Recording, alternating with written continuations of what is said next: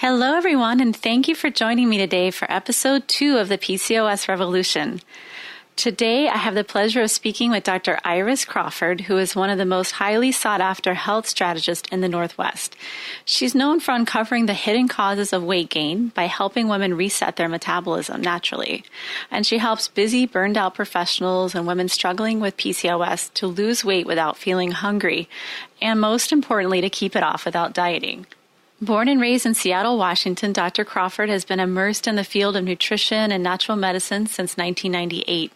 She's a lead author in the textbook Foundations of Naturopathic Medicine and was a lead physician at Pharmaca Integrative Pharmacy.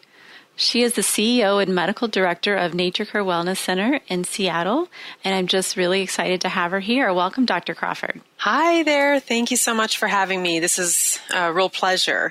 Great. So glad you could join us. Just wanted to start out by asking, how did you get involved with naturopathic medicine?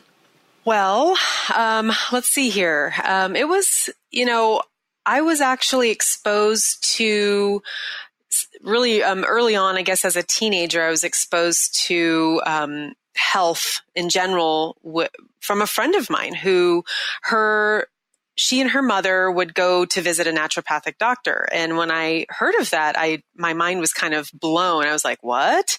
And I actually thought, my dream became one day I was going to be able to go see a naturopathic doctor. And then fast forward a few years later, I was going to community college, and I actually was able to discover that right here in my hometown in Seattle, there was a very, well-respected college at the time, Bastyr College, and the community college I was going to took us on a tour of it, and that's kind of how it all began.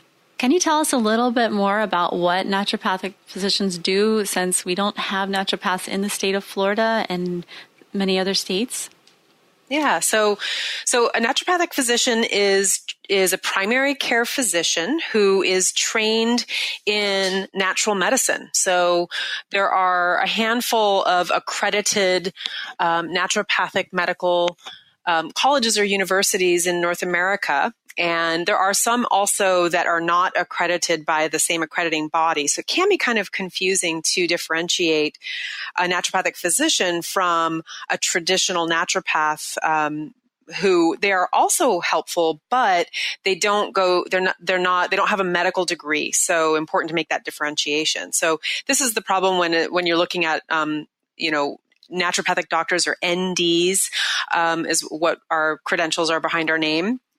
When you're looking at state by state regulation of naturopathic doctors in a state like Florida, who do not regulate naturopathic doctors, any of the naturopaths there, whether or not they've gone to medical school, can actually call themselves a naturopathic doctor. So that's really the sticky part of it. So, but one day you guys will have that regulation in place so that you can, choose if you want to go to someone who's a little bit more like a not even a nutritionist, like an herbalist, who can help you. But as a naturopathic physician, our scope, we can do everything a primary care physician can do pretty much. We perform minor surgery, we can prescribe medications, but really what we like to do best is reverse chronic disease and treat the whole person and use natural approaches rather than pharmaceutical approaches for less side effects. I think all of our listeners would love to hear from you about what kind of treatment you offer for women who are seeking help for weight loss with PCOS. Yeah. So I do specialize in my practice, and what I tell people is I help busy, burned out women lose weight and get their energy back.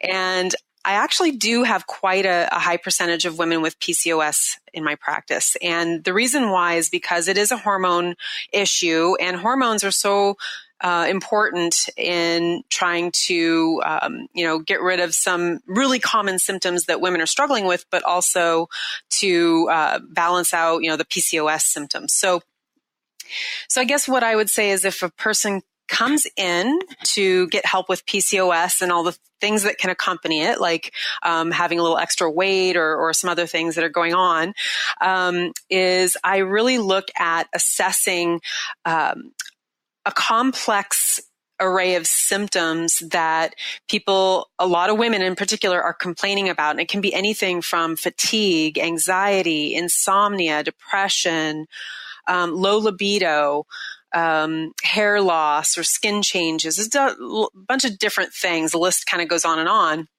And I assess their level of that hormone imbalance and kind of determine whether or not testing would be appropriate. Now, in the case of someone with PCOS, I would always say, okay, we need to test hormones. We need to look at everything. We need to look at all the hormones that are involved with PCOS, but also the other hormones that sometimes aren't looked at when a woman has PCOS. That's really great that you brought that up. And we often talk about PCOS and hormones such as testosterone and DHEA. How do hormones play a part in PCOS and weight loss? And how do the adrenals more specifically play a part in this? And we see over and over so many women with PCOS are extremely tired. And we wonder, is that because of a thyroid issue or adrenal fatigue? So just tell us a little bit more about how you would test for this. Yes. So I actually do a special test that's a salivary hormone profile, and I look at AM and PM cortisol and melatonin, and I look at the estrogens, progesterone, testosterone, and DHEA. And that gives me the full picture of what level of adrenal fatigue this person might be in. And the connection here is, when we talk about the things that aren't looked at, is that there are other things that are kind of going hand in hand, but also potentially as even separate things that are happening in the body. If you look at and eliminate adrenal fatigue, potentially you're going to be addressing some of the underlying root causes of why the PCOS is there to begin with. So my approach is always looking at, well, why is that going on? Why, it may be because there's extra weight on the body, but there are other women out there who are, overweight and they don't have PCOS. So looking at that whole adrenal picture and all of the other endocrine glands. So I really like to focus at what's called the HPA axis. So it's the hypothalamic pituitary adrenal axis. It's how the brain talks to the hormone glands in the body and balancing that. And then one of the things that I see a lot is adrenal fatigue is directly correlated with PCOS because adrenal fatigue can cause high cortisol, which is your main fight or flight hormone. And high cortisol then blocks thyroid activation, which further can cause some symptoms, and it can also cause weight gain. And then cortisol also blocks it blocks insulin action. And when your insulin isn't working properly, your blood sugar goes up. And if your blood sugar goes up, this is a huge piece to the PCOS, is you want to get your blood sugar down, get your hormones balanced. And so it just can't be ignored. That's really important that you mentioned that connection because it's like a cascade. It seems like one thing doesn't work without the other, and it really is like a hormonal orchestra. What are the main characteristics of adrenal fatigue, and how does it differ from someone who has a thyroid disorder? Yeah, so adrenal fatigue is, what I think is an epidemic amongst women. And it's not really being addressed at all. The problem is that when stress happens to women, it's my opinion that what I've seen is that women are biologically different from men in our stress response. And so when stress happens, we actually shut down the production of progesterone. And progesterone and estrogen should be in the body at a certain ratio in order to feel good. So when we have stress, we start making cortisol instead of progesterone. So we become progesterone deficient. When you're progesterone deficient, you're estrogen dominant. And so that's kind of the first cascade of events that happens, and it's all down the hill from there. But I do feel like adrenal fatigue is it's completely ignored in our medical system. And I'm trying to make a difference with that. I really am trying to educate people more about this. And there's so many things that happen to women, though. So insomnia, anxiety, weight gain. These are the top 3 things that I see, but there's so many other things actually that can be associated with adrenal fatigue. I've seen a girl as young as 16 years old come in with having panic attacks. And when I tested her hormones, she had normal estrogen levels, but 0 progesterone. And so progesterone is so important to feeling relaxed and calm. And so those are some of the things that I've seen the most frequently. And yeah. And that's a good point, because when you're not ovulating, you're not producing progesterone. So I feel like it just sets the stage. Yeah. And miscarriages are, a woman with low progesterone is very high risk for miscarriages. So that is definitely another thing that if a woman's planning on getting pregnant in the next year or 2, would be super important for them to address their adrenal fatigue. I agree. And there is a recent study that came out about the adrenal connection to PCOS. So it's really timely that we talk about this now. So what this is it should be a salivary or urinary hormone profile. Those are the most accurate. I do a saliva panel because it's easy and it's less expensive, but just as accurate. So blood testing is really not adequate. It only gives you a snapshot of what your hormones are right at that moment, whereas salivary testing actually tests more in general testing of where your levels are in general. And you need to know that with cortisol especially. I had a patient who got her cortisol tested with blood, and it was really high. But when we did a saliva panel to follow up on it, it was normal. And she had actually injured herself that morning. She had burned herself quite badly. And so her cortisol levels were up that morning. And so it was kind of a false reading. So yes, a saliva panel. So my patients, I actually provide a salivary hormone kit, a little kit that they take home, and they collect their own saliva first thing in the morning and then last thing before bed. And then they just plunk it right into the mail, and we get the results and create a plan for them. So how would someone obtain this testing? Is it done at home or in the office? And how would someone measure their cortisol and stress hormones?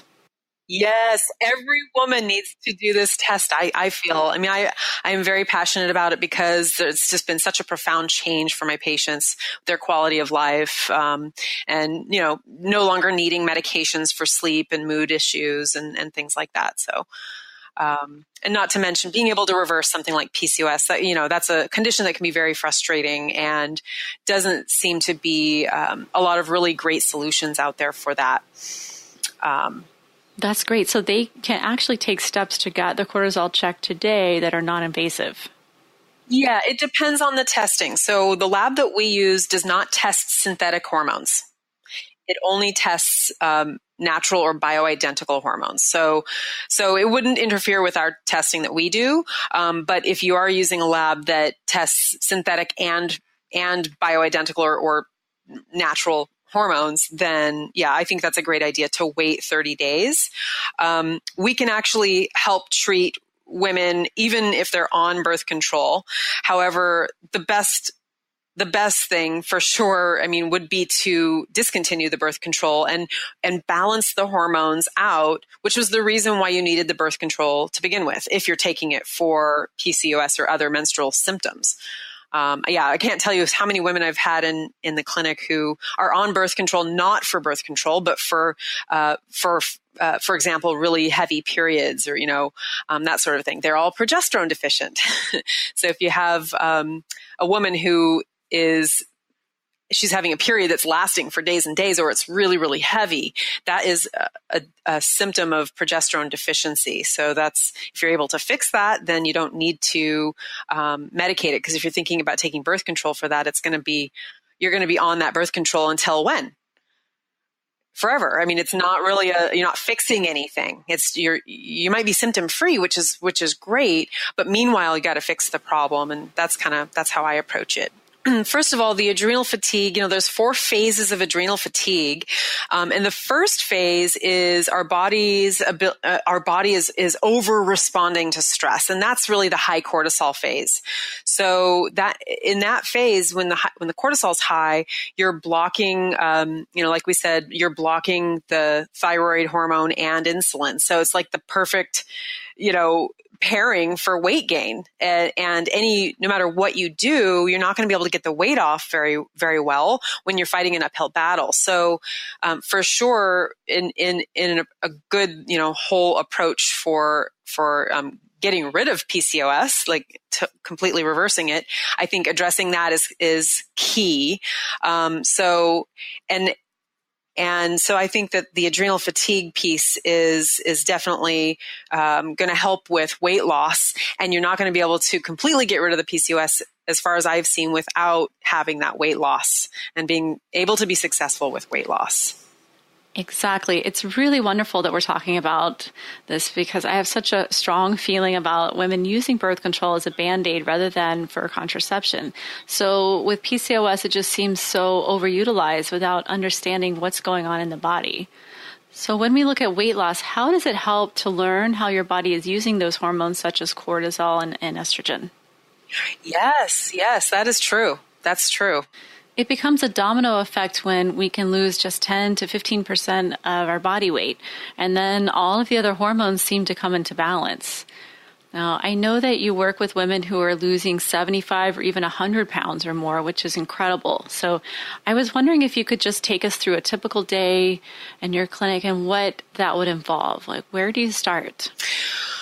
Well, it's a big topic, and it's difficult because I know so many people are struggling, with weight. And I did too. This is why I ended up specializing in this. When I graduated from medical school, I was burned out and I was 20 pounds overweight. Nothing I did was working, and I was an expert at it. So when I discovered that there were hormones that were working against us, that's where I started really honing in on my specialty. And my signature program actually does adrenal and hormone testing, and it includes a medical weight loss program. So this medical weight loss approach that I use helps women lose weight more rapidly than they'd be able to do on their own. And sometimes, women will come in and say, no matter what I do, no matter how much I eat or how much I exercise, my body won't lose a pound.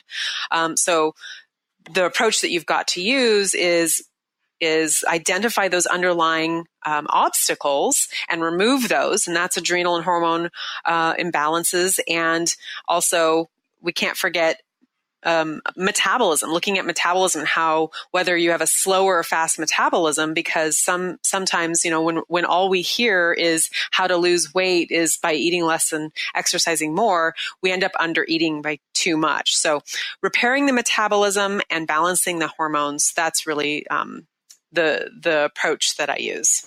That is just so key, because it's not easy just telling someone exercise and eat right and all will be well. What I love about naturopathic and traditional Chinese medicine is that we tend to look at the big picture.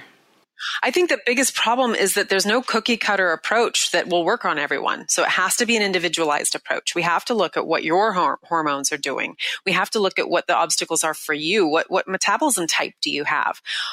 So that's how we get so much success here in my clinic. Could you tell us a little bit more about what metabolism typing is?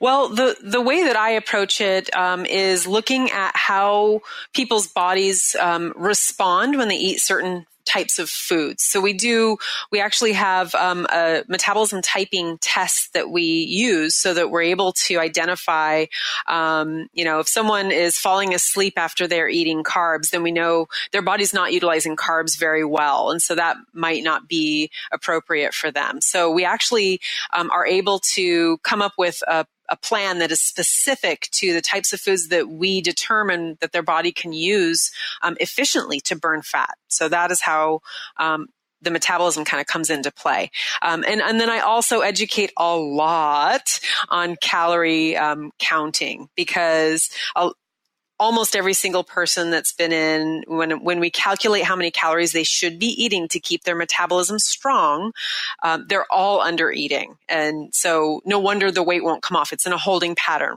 We only know feast or famine. So if you've been under eating or yo-yo dieting quite a bit to try to get this weight down, then probably your metabolism has slowed down.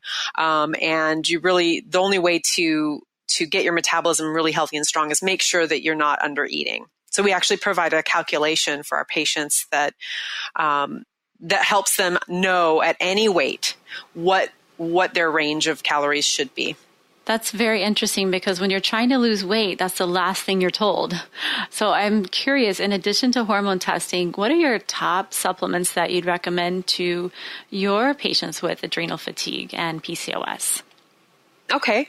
Well, for adrenals, one thing that we provide all of our patients with adrenal fatigue, there's 4 top nutritional elements that anyone with adrenal fatigue, which is pretty much all of us, should be making sure that they're getting adequate amounts of. So one is vitamin B5, and this is, I recommend taking like a multivitamin that has a high potency of activated B vitamins, and if you have a good naturopathic doctor or other health practitioner who offers doctor's grade supplements, you'll be able to find a good quality one. So vitamin B5 and vitamin B6 are the 2 main B vitamins that are required for adrenal recovery. And then also vitamin C is a big one. So you can take any old vitamin C, doesn't really matter, even emergencies or high vitamin C foods. We have a pretty high tolerance for vitamin C, so we can actually, supplement that as a separate thing in pretty good amounts. And then finally, protein. Protein is a really big requirement for adrenal recovery.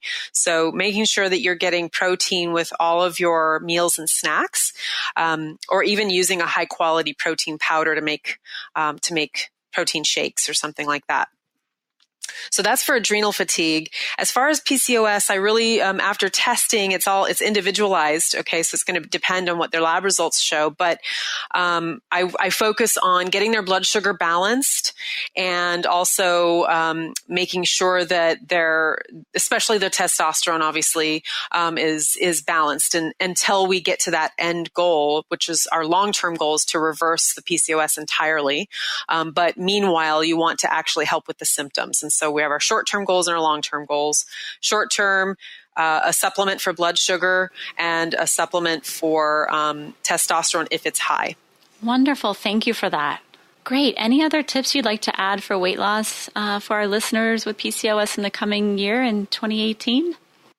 Yes, actually. One of the things that has really been brought to my attention recently, partly due to a couple of other naturopathic physicians who are really forging the path for research in this area, is how our environment is toxic. And we are actually, every single one of us is toxic. We accumulate toxins in the body. We don't have a way to actually get certain things out, like pesticides and plastics. There's no function in the body that knows how to deal with those. So they actually accumulate in our fat, especially. And these toxins are directly related to an inability to lose weight. So it's kind of an area that I am just starting to look into a lot more, because it really is a problem. And for patients who, if their adrenal and hormones are balanced and their metabolism is working good after they've been working with me for a while, they're still struggling, then it's really an area that needs to be looked at. And we actually just did a pre-launch of an online detox program that we're going to be launching again in January, but it's really to help people who are really struggling and they've dealt with the hormone part and they've dealt with slow metabolism, and this is something that is just a great addition. So there's a lot of different detox programs out there, so find a good person to align yourself with, a health practitioner of some sort, or a good program. And I definitely think that is a huge part of weight loss, because the toxins are hormone disruptors and they don't allow hormones to work appropriately. And those hormones are needed for fat loss. So that's what I would leave you with.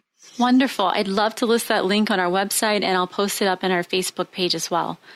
Girls, I think the takeaway for me is that treating weight loss is such a multifaceted approach, and one that really requires an understanding of not just what to eat and how much to exercise, but really what role our hormones are playing. And we don't have to struggle on our own, and really there is a lifelong learning process involved in understanding the beauty of our hormonal orchestra. So thank you so much for joining us, and I can't wait to see you next time, ladies. Thanks for listening to the PCOS Revolution podcast. Be sure to visit us on Facebook and Instagram to join in the conversation, access the show notes, and discover our fantastic bonus content. If you love the PCOS Revolution, we'd love for you to subscribe, rate, and give a review on iTunes. Until next time, beautiful ladies.